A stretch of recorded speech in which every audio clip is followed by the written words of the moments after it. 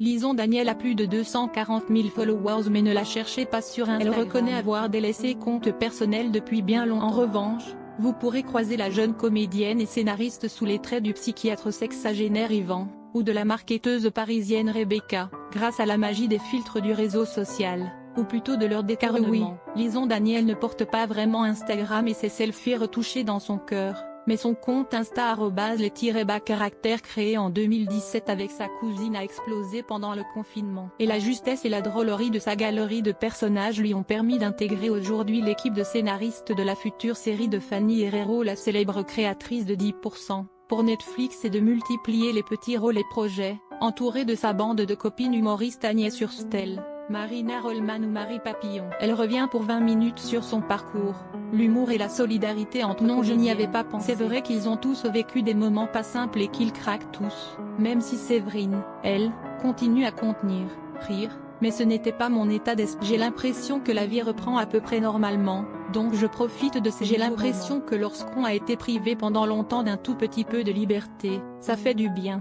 L'humour a toujours été ma façon de gérer les choses, de dédramatiser, de décomplexifier. C'est une manière de prendre du recul et de ne pas trop se regarder. Les gens autour de moi qui ont de l'humour, je trouve qu'ils sont généreux parce qu'ils se mettent un tout petit peu chez moi, dans ma famille, dans mon couple, avec mes amis, ça a toujours été important. Les gens qui m'entourent, ce sont des gens avec qui je ris en général. C'est un peu un critère de sélection, mais j'ai du mal à envisager les caractères sur le long cours, encore longtemps. Comme ça fait déjà 4 ans que je le fais, je commence à en voir petit à petit, le travail est arrivé grâce au caractère. Donc je sais ce que je leur dois, mais ils commencent à prendre le pas sur ces. J'ai du mal à dégager du temps pour y réfléchir et réécrire. Il y a beau y avoir beaucoup de gens qui aiment, et je suis hyper heureuse pour ça, ça reste quelque chose que je fais pour le plaisir. Et je ne suis pas rémunérée pour faire ça. À partir du moment où ma cousine Laura n'a plus eu le courage de le faire régulièrement et que j'ai décidé de reprendre le compte, ça a été une vraie discipline de les écrire, de les jouer, de les monter, de les poster. Même si les vidéos ne durent qu'1 minute, ça reste quelque chose de structurant. Quand on est une comédienne qui ne marche pas, on a une vie un peu déstructurée, on n'a aucune raison de se lever le matin, personne ne nous attend nulle part, on fait du travail alimentaire, donc il faut se discipliner. Et c'est compliqué quand on cherche du travail de dire qu'on est comédienne mais qu'on n'a pas tourné, ou scénariste mais qu'on n'a pas écrit. Donc ça m'a permis de parler un peu de mes vidéos. Ce succès m'a aussi permis de prendre un petit peu confiance en moi, me dire que j'étais capable de créer des choses qui font rire, parce que pendant longtemps, ça ne faisait même pas rire 2000 personnes. Avant même le confinement, j'avais déjà 20 000 personnes qui me suivaient et c'était déjà des gens du métier, des réalisateurs, des producteurs. C'est comme ça par exemple que j'ai rencontré Fanny Herrero, la créatrice et showrunneuse de 10%, même si en raison de la crise sanitaire, je n'ai commencé véritablement à travailler sur son projet de série autour du stand-up, drôle pour Netflix, qu'après le confinement. Mais la reconnaissance des caractères, qui a été hyper joyeuse et agréable dans cette période un peu naze, a rendu ce monde un peu fermé soudainement très accueillant, et c'est vrai que c'est sympa.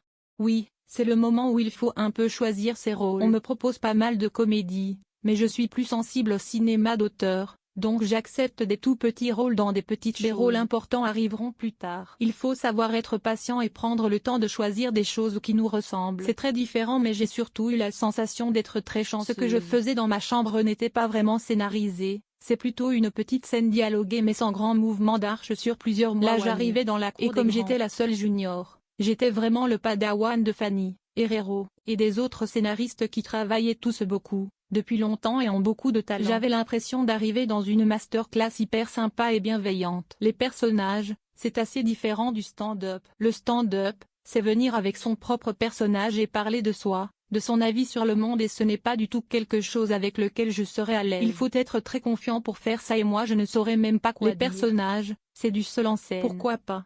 Plusieurs théâtres sont prêts à me programmer en janvier, mais pour moi c'est trop. Mais j'en ai envie et je suis sûre que ça viendra. Totalement. Marina Rollman, Laura Felpin, Anaïd Rosam, Agnès Hurstel, Marie Papillon, c'est plus que du soutien, on est devenues copines. Agnès m'a fait tourner dans la série qu'elle a créée. On envisage des choses ensemble. On se rend compte qu'on est toutes très différentes et qu'on ne fera jamais la même chose. Donc si nous ne nous laissons pas la place les unes, les autres, ce sera encore plus compliqué. Et la place sera toujours occupée par les mêmes hommes et ce sera donc il faut s'autoriser à faire des choses ensemble si on en a envie. sans ces espèces de croyances un peu bêtes qu'on serait tout en concurrence et qu'il n'y aurait pas de place pour tout le monde. Je suis dans un tout petit microcosme assez doux car je travaille avec Fanny Herrero qui est quand même la scénariste qui a montré que les femmes peuvent gérer ce boulot de showrunner. Mais il y a quand même ce truc persistant d'imaginer que les femmes sont sans arrêt en compétition. Dès que deux femmes font de l'humour ou du scénario on les compare alors qu'on ne se mettrait jamais à dire que deux humoristes masculins font la même chose ou se copient. Ou alors c'est copie comique et c'est complètement autre chose. C'est très étonnant. Je lisais encore hier sous une chronique de Fanny Ruet,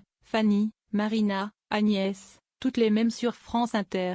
Mais il n'y a pas plus différente que ces trois filles, elles n'abordent jamais les mêmes sujets, jamais les mêmes thématiques, elles n'ont même pas la même façon de parler, elles ne sont pas du même pays. Elles ne se ressemblent même pas physiquement. Leur seul point commun c'est que ce sont des femmes qui prennent la parole sur France Inter. Moi on m'envoie tous les jours des vidéos de filles qui font des vidéos sur Instagram, parfois des personnages, en me disant qu'elles me copient. Il est très intéressant de voir ce mécanisme. Je n'en souffre pas mais je trouve ça absurde. J'ai utilisé ces filtres parce qu'ils me donnaient une grande liberté, ça me permettait de faire des vieux messieurs et des femmes plus âgées, de sortir de ce que j'étais et en plus ça m'évitait de me montrer complètement moi. Mais je sens bien le danger. J'évite un peu les filtres de beauté, à part pour Rebecca, une Parisienne un peu pain-bêche, qui intervenait d'ailleurs seulement quand il n'y avait pas de filtres rigolos disponibles sur Instagram. Et il y a de moins en moins de filtres amusants. Je suis obligée de les faire redessiner parce qu'ils disparaissent, les filtres amusants. Les gens s'en amusent 2 secondes mais en réalité ils veulent être plus beaux que dans la vraie vie. J'avais un compte perso que je n'alimentais quasiment pas et que j'ai complètement délaissé et mon compte des caractères ne me sert qu'à poster les caractères. Les seules choses que je partage en story c'est soit mon travail, soit le travail de mes amis, soit des choses qui m'ont. C'est très difficile de ne pas tomber dans le piège du partenariat quand on a pas mal d'abonnés, comme j'ai la chance d'en avoir. On a tous les jours des propositions de plein de marques pour travailler avec elles et gagner de l'argent vraiment très facilement. C'est difficile de renoncer à ça quand on écrit des scénarios sur 6 mois pour 2000 €. Mais j'essaye de ne pas le faire parce que je pense que ce n'est pas le lieu. Instagram, je leur dois beaucoup mais en même temps ils sont durs. C'est une drôle de plateforme, quand vous ne postez pas assez, on vous invisibilise, donc ça implique de devoir être bavard et être trop présent et ce n'est pas ce que je veux. Donc je sens bien que le système est en train de s'épuiser. Avec moi ça ne marche pas. Si je refuse tous les partenariats, je ne gagne pas d'argent et si je refuse d'être bavarde pour être visible, je vais mourir de ma petite mort. En plus, peut-être que les gens vont en avoir marre des caractères. Donc je suis joyeusement pessimiste car je pense qu'il m'arrivera d'autres choses chouettes à terme.